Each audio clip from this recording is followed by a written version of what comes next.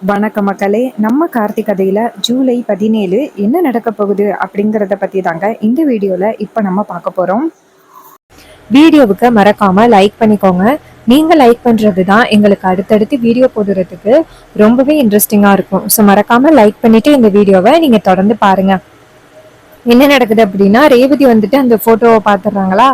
அதுக்கப்புறம் வந்துட்டு கரெக்டா அந்த டாக்டரும் டாக்டர் பொண்ணு இருக்காங்கல்ல, அவங்க 2 பேரையும் பாக்குறதுக்காக நேரா அந்த பஸ் இருக்கிற இடத்துக்கு போறாங்க. அங்க வந்துட்டு அந்த டாக்டரும் டாக்டர் பொண்ணும் ரேவதியை பார்த்ததும் வந்துட்டு டாக்டர் சொல்றாங்க, இங்க பாருடி, நீ போய் ரேவதி கிட்ட உண்மையை சொல்லக்கூடாது அப்படின்னு எவ்வளவோ வந்துட்டு அந்த பொண்ணை வந்து கண்ட்ரோல் பண்றாங்க. ஆனா அந்த பொண்ணு சொல்றாங்க, அம்மா இப்படி நமக்கு தெரிஞ்சு இவ்வளவு பெரிய அநியாயத்தை பண்றது ரொம்ப தப்பு. இங்க பாரு, நம்ம ஊருக்குள்ள இருந்தா தானே அந்த சந்திராவால நமக்கு ஆபத்து வரும் அப்படின்னு நீ பயப்படுற. நம்ம 2 பேருமே சேர்ந்து எங்கேயாவது வெளியூர் போயிருவோம். அங்க போனதோட நம்ம தான் சொன்னோம் அப்படிங்கிற விஷயம் சந்திராவுக்கு எப்படி தெரிய போகுது? அம்மா, ரேவதிய பார்த்தா ரொம்பவே பாவமா இருக்குமா. அவங்க கார்த்தி மேல அவ்வளவு உயிரா இருக்காங்கம்மா. தயவு செஞ்சு சொல்றது கேளுமா. நம்ம இப்படி பண்றது ரொம்பவே தப்புமா அப்படின்னு உடனே ஈஸ்வரி சொல்றாங்க, சரி நீ உடனே அந்த கல்பனா டாக்டர் சொல்றாங்க, சரி நீ சொன்ன மாதிரியே செய்யலாம் அப்படின்ட்டு நேரா அந்த பொண்ணு கிட்ட, சரி வா ரேவதி கிட்ட போய் சந்திச்சு அவகிட்ட எல்லாம் உண்மையே சொல்லிடலாம் அப்படின்னு 2 பேருமே சேர்ந்து அங்கேருந்து வந்து ரேவதிய பாக்குறாங்க. ரேவதி வந்துட்டு நேரா அவங்க 2 பேரையும் பார்த்துட்டு ரொம்பவே சந்தோஷப்படுறாங்க. அப்போ அந்த டாக்டர் சொல்றாங்க, இங்க பாருங்கம்மா, இது மாதிரி உங்ககிட்ட முக்கியமான விஷயத்த சொல்றதுக்காக தான் நாங்க வந்திருக்கோம். நீங்க எப்படி எங்களை தேடுறத பார்த்தா எங்களுக்கே ரொம்ப மனசு கஷ்டமாயிட்டு அப்படின்னு. அப்ப அந்த ராதிகா சொல்றாங்க, ஆமா ரேவதி சிஸ்டர், நீங்க வந்துட்டு எங்களை பஸ்ல எல்லாம் தேடினதை பார்த்துட்டு ரொம்பவே கவலையா இருந்துச்சு. நாங்க எல்லா உண்மையும் உங்ககிட்ட சொல்லிடலாம் அப்படின்னு நினைச்சுதான் வந்திருக்கோம். இங்க பாருங்க, இது மாதிரி உங்களுக்கு பழைய ஞாபகங்கள் நிறையவே இல்லை அப்படின்னு. இதை கேட்டதும் ரேவதி சொல்றாங்க, எனக்கு பழைய விஷயங்கள் எதுவுமே ஞாபகத்துல இல்ல, அது எதனால அப்படின்னு. அப்ப டாக்டர் சொல்றாங்க, இங்க பாருங்கம்மா, உங்களுக்கு ஏற்பட்ட விபத்துல உங்களுக்கு பழைய விஷயங்கள் நிறையவே மறந்து போயிடுச்சு. உங்களை கொண்டாந்து ஹாஸ்பிட்டல்ல அட்மிட் பண்ணாங்க. அப்போ நீங்க சுயநினைவுல இல்லாம தான் இருந்தீங்க. அப்போ உங்க கண்ணு வந்துட்டு திறந்தே இருந்துச்சு. அதனால உங்களுக்கு எங்களால ட்ரீட்மெண்ட்டே பண்ண முடியல. நீங்க எப்படியாவது கண்ணை மூடினாதான் ட்ரீட்மெண்ட் நடக்கும் அப்படின்னு நாங்க எல்லாருமே உங்க ஃபேமிலி கிட்ட சொன்னோம். அப்போ உங்க ஃபேமிலியில உள்ள எல்லாருமே உங்ககிட்ட வந்து பேசினாங்க. ஆனா நீங்க யாருக்குமே வந்துட்டு கொஞ்சம் கூட ரெஸ்பாண்ட் பண்ணவே இல்லை, கண்ணையும் மூடவே இல்லை. அப்புறம் தான் கடைசியில கார்த்தி சார் வந்தாரு. அவர் வந்து உங்ககிட்ட பேசின பிறகுதான் நீங்க கண்ணையே மூடுனீங்க. அப்பதான் வந்துட்டு உங்களுக்கு பழைய விஷயங்கள் எல்லாமே மறந்துருக்கும்னு நான் நினைக்கிறேன். அதுக்கப்புறம் ட்ரீட்மெண்ட் எல்லாம் முடிச்ச பிறகு உங்களுக்கு நிறைய விஷயங்கள் ஞாபகத்துல இல்ல. எப்படின்னா, கார்த்தி சார் ரூமுக்கு வந்ததோட அவர் யாருன்னே உங்களுக்கு அடையாளமே தெரியவே இல்லை. அவரை பார்த்து யாரு அப்படின்னு நீங்க கேட்டீங்க. அப்ப எங்க எல்லாருக்குமே ரொம்ப அதிர்ச்சியா இருந்துச்சு. என்னடா அது, தெரிஞ்ச ஒருத்தவங்களை பார்த்து தெரியாத மாதிரி பாக்குறாங்களே அப்படின்னு எங்க எல்லாருக்குமே ரொம்பவே அதிர்ச்சியாவும் ஷாக்கிங்காவும் இருந்துச்சு. அப்பதான் நாங்க என்ன பண்ணோம் அப்படின்னா, நேரா வெளியில வந்துட்டு உங்களுக்கு என்ன ஆச்சு அப்படின்னு நாங்க செக் பண்ணோம். அப்பதான் உங்களுக்கு பழைய விஷயங்கள் நிறையவே மறந்துருச்சு அப்படிங்கிறது எங்களுக்கு தெரிய வந்துருச்சு. அப்போ நான் வந்துட்டு உங்களுக்கு பழைய விஷயங்கள் மறந்து போச்சு அப்படின்னு உங்க ஃபேமிலி கிட்ட சொன்னேன். அப்பதான் சந்திரா இருக்காங்கல்ல, அவங்க வந்துட்டு என்னை பார்த்தாங்க. என்னை பார்த்துட்டு இது மாதிரி ரேவதிக்கு வந்துட்டு பழைய விஷயங்கள் எதுவும் ஞாபகம் இல்லை. ஆனா சீக்கிரம் அந்த டிரைவர் பைய கார்த்தி எல்லா விஷயத்தையும் சொல்லி ரேவதிக்கு பழைய ஞாபகங்கள் வர வைக்கிறதுக்காக ட்ரை பண்ணுவான். அப்படி அவன் பழைய ஞாபகங்கள் வர வைக்கிறதுக்காக அவன் ட்ரை பண்ணவே கூடாது. இது மாதிரி அவளுக்கு பழைய ஞாபகங்கள் திரும்பி வரவே வராது அப்படின்னு என்கிட்ட சொல்ல சொன்னாங்க. ஆனா நான் வந்துட்டு சொல்ல முடியாது அப்படின்னு சொன்னேன். ஆனா சந்திரா வந்துட்டு என்னை மிரட்டுனாங்க, நீ வந்து நான் சொல்றது மாதிரிதான் செய்யணும், நான் சொல்றது மாதிரி நீ செய்யல அப்படின்னா உனக்கு பெரிய பிரச்சனை கொடுப்பேன் அப்படின்னு சொல்லி அவங்க என்ன ரொம்பவே மிரட்டுனாங்க. வேற வழியே இல்லாம தான் நானும் சரின்னு சொல்லி ஒத்துக்கிட்டேன். அதோட எனக்கு அவங்க காசும் கொடுத்தாங்க. அந்த காசை வாங்கிக்கிட்டு அவங்க சொன்ன மாதிரியே நான் சொன்னேன். நான் பண்ணது மிகப்பெரிய தப்பு தான், நான் இல்லைன்னு சொல்லல. ஆனா அந்த சூழ்நிலையில எனக்கு என் குடும்பம் தான் ரொம்ப முக்கியமா தெரிஞ்சிச்சு. ஒருவேளை அவங்க சொன்னதுக்கு நான் முடியாது அப்படின்னு சொன்னா கண்டிப்பா அவங்கனால என் குடும்பத்துக்கு ரொம்ப பெரிய ஆபத்து வர்றதுக்கு நிறைய வாய்ப்புகள் இருந்துச்சு. அதனாலதான் நான் அப்படி அந்த இடத்துல சொல்லிட்டேன், நான் பண்ணது மிகப்பெரிய தப்பு தான், என்னை மன்னிச்சிருங்க அப்படின்னு. அதுக்கு ரேவதி சொல்றாங்க, இங்க பாருங்க, நீங்க இப்ப வந்துட்டு என்கிட்ட உண்மையை சொல்லியிருக்கீங்கல்ல, அதுவே எனக்கு ரொம்ப பெரிய சந்தோஷமான விஷயம்தான். நீங்க நினைச்சிருந்தா எங்க சித்திக்கு பயந்துகிட்டே நீங்க இந்த இடத்த விட்டு போயிருக்கலாம். ஆனா நீங்க என்கிட்ட உண்மையை சொல்றதுக்காக வந்திருக்கீங்க. கண்டிப்பா உங்களுக்கு நான் மிகப்பெரிய நன்றிக்கடன் பட்டிருக்கேன் அப்படின்னு. அப்ப அந்த டாக்டர் சொல்றாங்க, இங்க பாருங்கம்மா, நாங்க தான் இந்த விஷயத்த சொன்னோம் அப்படின்னு தயவு செஞ்சு உங்க சித்திகிட்ட போய் சொல்லிடாதீங்க. உங்க சித்திகிட்ட சொன்னீங்க அப்படின்னா கண்டிப்பா நாங்க எங்க இருந்தாலும் சரி எங்களை நிம்மதியாவே வாழ விட மாட்டாங்க. கண்டிப்பா எங்களை வந்துட்டு ரொம்பவே கஷ்டப்படுத்துவாங்க. அதனால தயவு செஞ்சு நீங்க போயிட்டு உங்க சித்திகிட்ட சொல்லிடாதீங்க அப்படின்னு. அதுக்கு ரேவதி சொல்றாங்க, சரி இந்த விஷயத்த நான் பாத்துக்கிறேன் அப்படின்னு ரேவதி நேரா அவங்கள பார்த்து, நீங்க பாதுகாப்பா உங்க ஊருக்கு போறீங்க, இந்த விஷயத்த எப்படி சமாளிக்கிறது அப்படிங்கறத நான் பாத்துக்கிறேன் அப்படின்னு சொல்லிட்டு அவங்க 2 பேருமே பத்திரமா ஊருக்கு அனுப்புறாங்க. அப்போ ரேவதி நினைக்கிறாங்க, இது எல்லாத்துக்குமே காரணம் சித்தி தான். ஸோ இந்த அளவுக்கு நான் வந்து இங்க கஷ்டப்பட்டுக்கிட்டு ஏன் கார்த்தியை வந்து பிரிஞ்சிருக்கிறதுக்கு காரணம் சித்தி தான். அவங்கள சும்மா விடக்கூடாது அப்படின்னு ரேவதி பயங்கரமான கோவத்தோட அங்கேருந்து வீட்டுக்கு வராங்க. அங்க வந்து நம்ம ஈஸ்வரி நேரா சந்திராட்ட பேசிக்கிட்டு இருக்காங்க. ஈஸ்வரி சொல்றாங்க, இங்க பாரு சந்திரா, ரேவதிக்கு சீக்கிரம் பழைய ஞாபகங்கள் வரத்துக்குள்ள அவளுக்கு எப்படியாவது மறுபடியும் ஒரு நல்ல மாப்பிள்ளைய பார்த்து கல்யாணம் பண்ணி வைக்கணும். அதுக்கு நீதான் சந்திரா உதவி பண்ணணும் அப்படின்னு. அப்ப சந்திரா சொல்றாங்க, அக்கா நீ என்கிட்ட பொறுப்பை ஒப்படைச்சிட்டியல்ல, இதை எப்படி பாத்துக்கிறது அப்படின்னு எனக்கு தெரியும். நீ கவலைப்படாதக்கா, நீ அந்த வேலையை மட்டும் என்கிட்ட பொறுப்பை ஒப்பட. நான் ரேவதிக்கு வந்துட்டு எப்படி மாப்பிள்ளை பார்த்து கல்யாணம் பண்ணி வைக்கிறது அப்படிங்கிறத நான் பாத்துக்கிறேன். இதுக்கு முன்னாடி நம்ம சொந்தக்கார பையன் அப்படின்னு நினைச்சுதான் அந்த மருதுவ கல்யாணம் பண்ணி வைக்கிறதுக்கு பார்த்தோம். ஆனா கடைசியில அவன் எப்படிப்பட்டவன் அப்படின்னு அவன் தெரிஞ்ச பிறகு அவனை வந்துட்டு நம்ம பொண்ணுக்கு கல்யாணம் பண்ணி வச்சா சரியா இருக்காது அப்படின்னு முடிவு பண்ணிட்டோம். அதே மாதிரி இந்த வாட்டியும் ஒரு நல்ல பையனை நல்லா விசாரிச்சு நம்ம ரேவதிக்கு கல்யாணம் பண்ணி வச்சிருவோம். நீ கவலைப்படாதக்கா அப்படின்னு. அப்ப ஈஸ்வரி சொல்றாங்க, இல்ல சந்திரா, எனக்கு என்ன பயமா இருக்கு அப்படின்னா கண்டிப்பா அந்த டிரைவர் பையன் வந்து ரேவதிக்கு வந்துட்டு என்னைய நான் வந்துட்டு கல்யாணம் ஏற்பாடு பண்றத அவன் தடுப்பான். எப்படி வந்துட்டு மருதுவை வந்து கல்யாணம் பண்ண விடாம தடுத்தானோ அதே மாதிரி இப்பயும் அதே மாதிரி ஏதாவது பண்ணுவான். அதுக்கு தான் சந்திரா எனக்கு பயமா இருக்கு.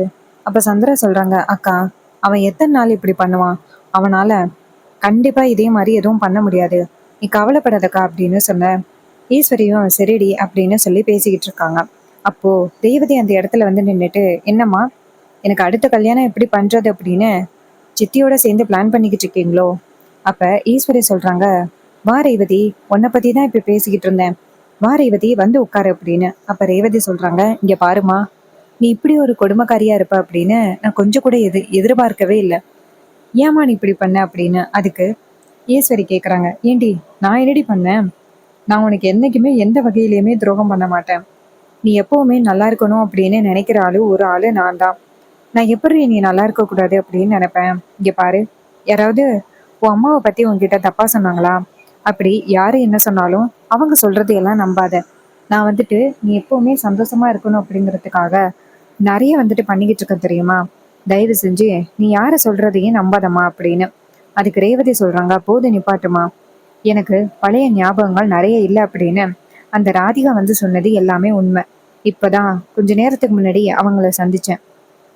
அவங்க எல்லா ரிப்போர்ட்ஸையும் என்கிட்ட காமிச்சிட்டாங்க.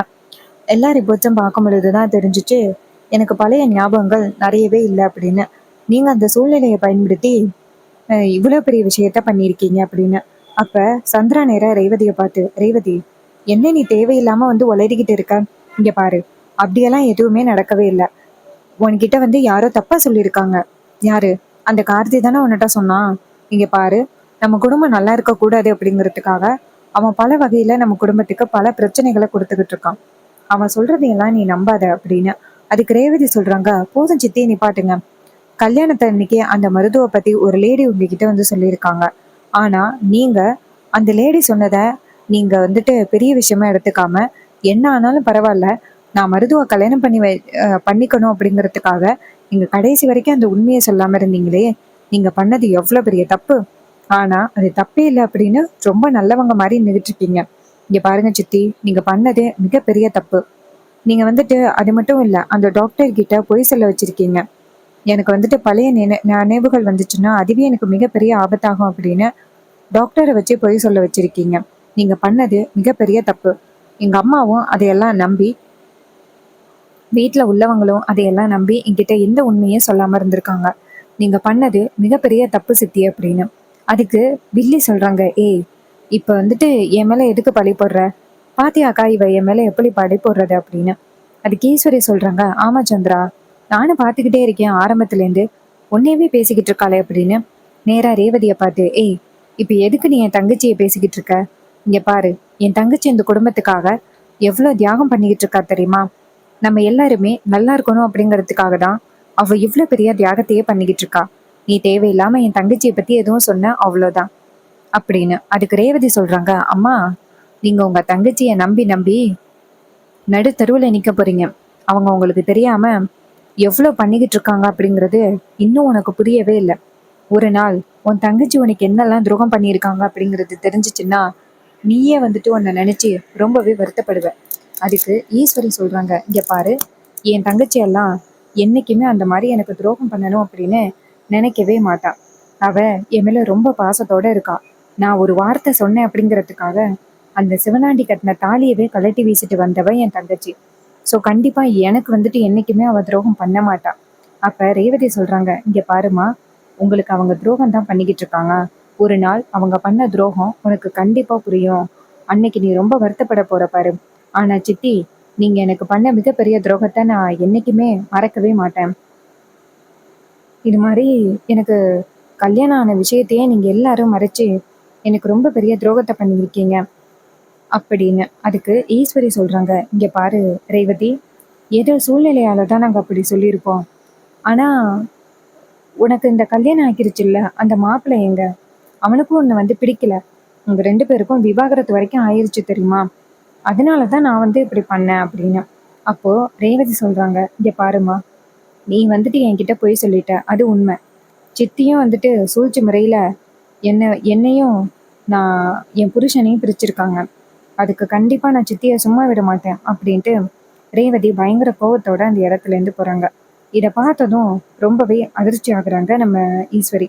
சந்திரா சொல்றாங்க, என்னக்கா இது இப்படி ஆகிட்டு அப்படின்னு. அதுக்கு ஈஸ்வரி சொல்றாங்க, இங்க பாருடி, அவ என்னதான் சத்தம் போட்டு போனாலும் நம்மளை மீறி எந்த முடிவு எடுக்கிறதுக்கு வாய்ப்பே கிடையாது. நம்மளை மீறி அவ எந்த முடிவு எடுக்கவும் மாட்டா. ஸோ நீ கவலைப்படாத அப்படின்னு. அதுக்கு சந்திரா சொல்றாங்க, இல்லக்கா, ஒருவேளை அந்த டிரைவர் பையன் தான் இவளோட புருஷன் அப்படின்னு அவளுக்கு தெரிஞ்சு போச்சோ, அதுக்காக தான் அவ அப்படி பண்றாளோ. அதுக்கு ஈஸ்வரி சொல்றாங்க, இல்ல சந்திரா, ஒருவேளை அவளுக்கு தெரிஞ்சிருந்துச்சுன்னா அப்படின்னா அவ கண்டிப்பா நேரடியாவே வந்து நம்ம கிட்ட கேட்டிருப்பா. அவ இந்த மாதிரியெல்லாம் ஒளிவு மறைவா கேட்கவே மாட்டா. அதனால நீ கவலைப்படாத சந்திரா. அப்ப சந்திரா சொல்றாங்க, சரிக்கா, ஏதாவது ஒரு வகையில அந்த டிரைவர் பையலை பத்தி ரேவதிக்கு தெரிஞ்சிடவே கூடாது. அப்படி மட்டும் அந்த டிரைவர் பையலை பத்தி தெரிஞ்சிச்சு, அதுக்கப்புறம் நம்ம பிளான் எல்லாமே சொதப்பிரும் அப்படின்னு. அதுக்கு ஈஸ்வரி சொல்றாங்க, ஆமா சந்திரா, அதுவும் உண்மைதான். அவன் தான் புருஷன் அப்படிங்கிற விஷயம் மட்டும் ரேவதிக்கு தெரிஞ்சிடவே கூடாது. அப்படி தெரிஞ்சிருந்துச்சு அவ்வளோதான். எத்தனை நாள் இந்த வீட்டுக்குள்ள எவன் வரக்கூடாது அப்படின்னு நான் போராடிக்கிட்டு இருந்தனோ அது எல்லாமே காலி ஆகிரும் அப்படின்னு சொல்லிட்டு பேசிக்கிட்டு இருக்காங்க. அப்ப சந்திரா சொல்றாங்க, சரிக்கா, எனக்கு ஒரு முக்கியமான வேலை இருக்கு, நான் போயிட்டு வரேன் அப்படின்னு. ஈஸ்வரி சொல்றாங்க, சரி போயிட்டு வா அப்படின்னு. சந்திரா அந்த இடத்துல இருந்து கிளம்புறாங்க. அப்போ ஈஸ்வரி நினைக்கிறாங்க, சந்திராவும் அடிக்கடி எங்கேயோ போறேன் அப்படின்னு சொல்லிட்டு போயிட்டு இருந்தா. ஆனா எங்க போற அப்படின்னு நம்ம கிட்ட அதிகமா தெரியப்படுத்தவே மாட்டேங்கிறா. ஒருவேளை வீட்டுல எல்லாரும் சொல்ற மாதிரி இவ வந்துட்டு அந்த சிவனாண்டிய பார்க்க போவாளோ? சேச்சே, என் தங்கச்சி என்ன மீறி அப்படியெல்லாம் போறதுக்கு வாய்ப்பே கிடையாது. இவங்க சொல்றாங்க அப்படிங்கிறதுக்காக என் தங்கச்சியை சந்தேகப்படவும் முடியாது. சரி, கண்டிப்பா என் தங்கச்சி துரோகம் பண்ண மாட்டா அப்படின்னு ரேவதி நேரா அவங்க ரூமுக்கு போயிட்டு, ச்சே, அம்மா ஏன் தான் எனக்கு இவ்வளவு பெரிய துரோகத்தை பண்றாங்கன்னு தெரியல. இது மாதிரி சித்தியோட பேச்சு கேட்டுக்கிட்டு அம்மா அப்படியெல்லாம் பண்ணிக்கிட்டு இருக்காங்க. சித்தி இந்த வீட்டுல இருக்கிற வரைக்கும் நமக்கு மிகப்பெரிய பிரச்சனை தான் ஆகும் போல. இதையெல்லாம் எப்படி சமாளிக்கிறது அப்படின்னு ரேவதி நினைக்கிறாங்க. ஸோ ரேவதிக்கு வந்துட்டு உண்மையெல்லாம் தெரிஞ்சு போச்சு. உண்மையெல்லாம் தெரிஞ்சதும் ஒரு ப்ரொமோல வந்துட்டு என்ன காமிக்கிறாங்க அப்படின்னா, நம்ம ஹீரோ கிட்ட போயிட்டு ரேவதி வந்துட்டு கேட்குறாங்க. அப்போ ஹீரோ சொல்றாரு, கொஞ்சம் பொறுமையா இரு, சீக்கிரம் வந்துட்டு நான் உன்னை கல்யாணம் பண்ணிப்பேன் அப்படின்னு சொல்லி ரேவதி கிட்ட வாக்கு கொடுக்குறாரு. ரேவதி நேராக வீட்டுக்கு வந்துட்டு அவங்க அம்மாட்ட என்ன சொல்றாங்கன்னா, நான் கார்த்தியை தான் கல்யாணம் பண்ணிப்பேன், எனக்கு அவரை கல்யாணம் பண்ணி வைங்க அப்படின்னு சொல்லிட்டு கேட்குறாங்க. ஈஸ்வரியும் சரி அப்படின்னு சொல்லி ஒத்துக்கிறாங்க. இதை பார்த்துட்டு வீட்டில் உள்ள எல்லாருமே ஷாக் ஆகுறாங்க. ஈஸ்வரி இந்த சூழ்நிலையை எப்படி பயன்படுத்த போறாங்க, இதுக்கப்புறம் என்னெல்லாம் நடக்க போகுது அப்படிங்கிறத பத்தி நம்ம வெயிட் பண்ணி பார்க்கலாம். இதே மாதிரி இன்னுமே அப்டேட்ஸ் வேணும் அப்படின்னு நினைச்சிங்கன்னா நம்ம சேனலை மறக்காம சப்ஸ்கிரைப் பண்ணிட்டு பக்கத்தில் உள்ள பெல் ஐக்கானையும் கிளிக் பண்ணி ஆல்னு செட் பண்ணிக்கோங்க. அப்போதாங்க அடுத்தடுத்து வீடியோஸ் போடும் பொழுது உங்களுக்கு நோட்டிஃபிகேஷன் வரும் பார்க்கலாம். தேங்க்யூ ஃபார் வாட்சிங். See you on next video.